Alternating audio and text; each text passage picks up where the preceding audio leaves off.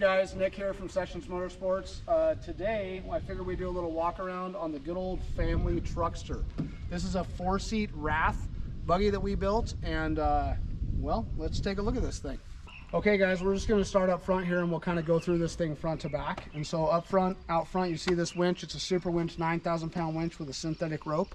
The front axle in this thing is a Ford high pinion Kingpin Dana 60. It's out of like a mid 80s Ford truck, pretty popular for use in buggies.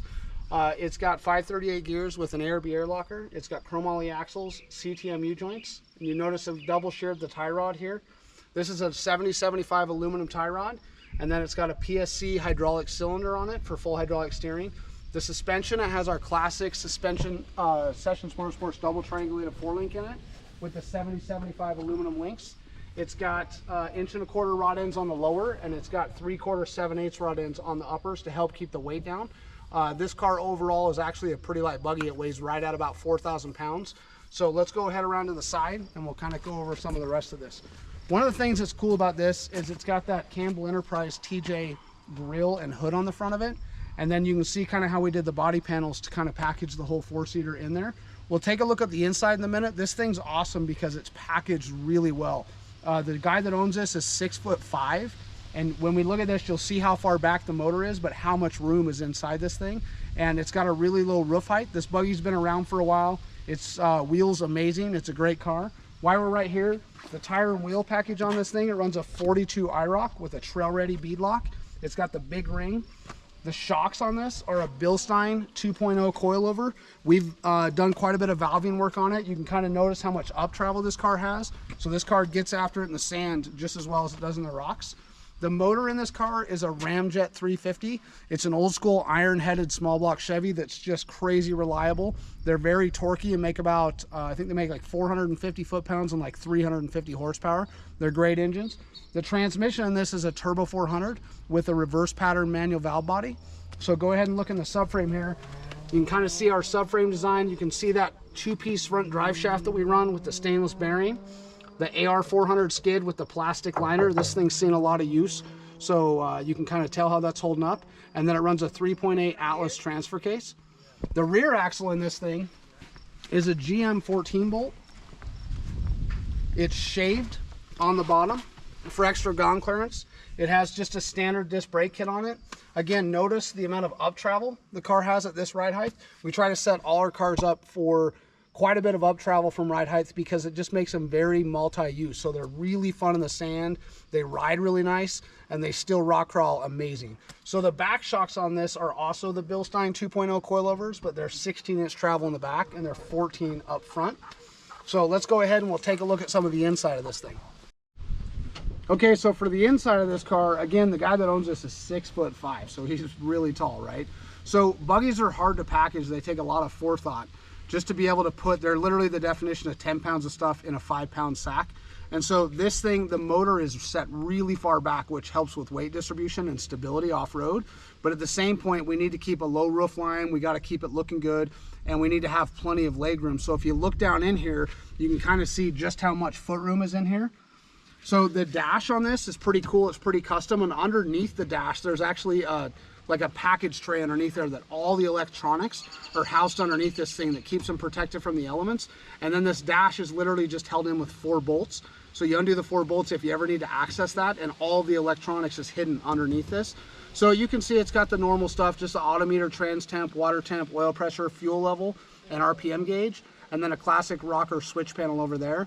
Here, these are the turning brakes. It runs an ARB in the back also, and so this makes just for fun, spirited driving and tighter turning when you're off-road, with a classic Winter Sidewinder gated shifter.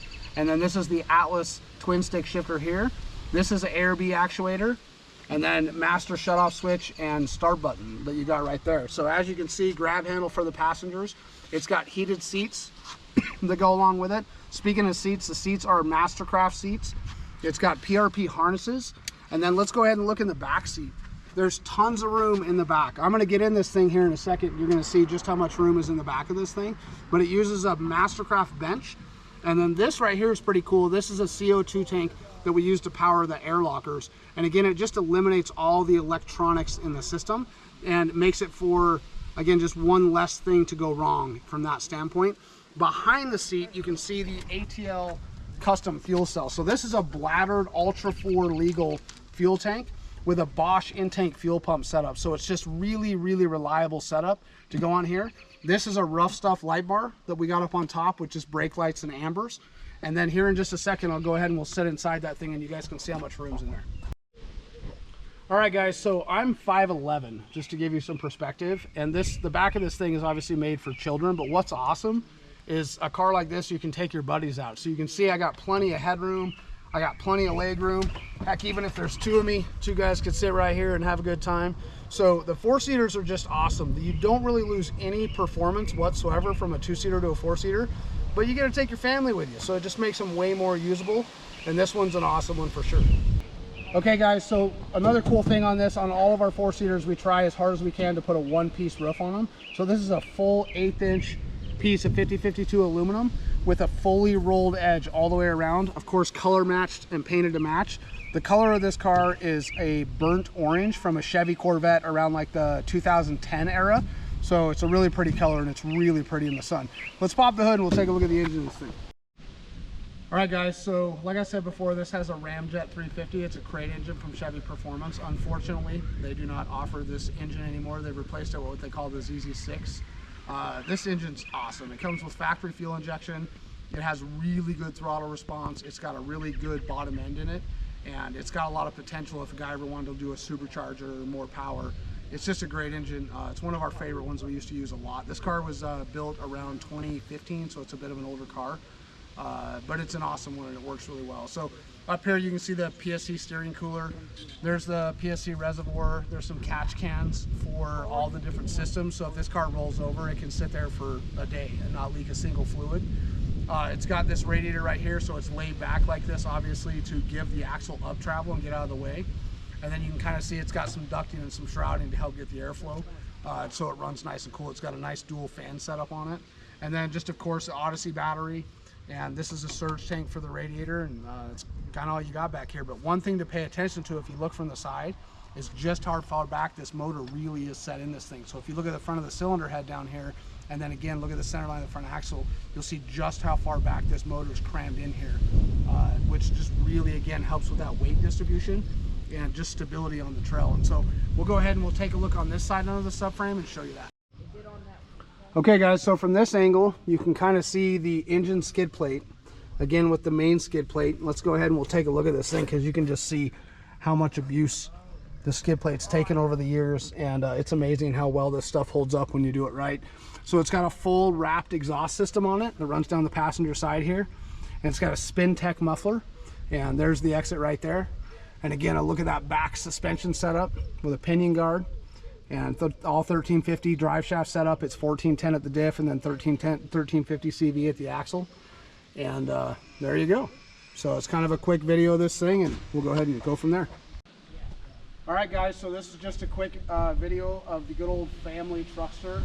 This car is just awesome. It's got an awesome history. It works really, really well. It's relatively simple. It's very dialed in, and it's just been an awesome one. Like I said, it packages really well. It fits the whole family, so a whole family of fun. And just a car that's good at everything. Good at crawling, good at going fast in the sand. Something you can play in the snow with the heated seats. It's got a Lexan window that goes up on the front. It's got window nets front and back that can go in it. So it was set up so if it does want to ever race like Ultra 4 or a dirt riot race, it'll pass all the rules with the bladder fuel tank and the chassis tubing size and the wall thickness we did. And so this is just a good example of one of our older cars and how it's held up over the years. And the guy that owns it takes really good care of it, and so but he wheels it all the time, and this thing's been everywhere. It's been all over Utah, Colorado, California, South Dakota.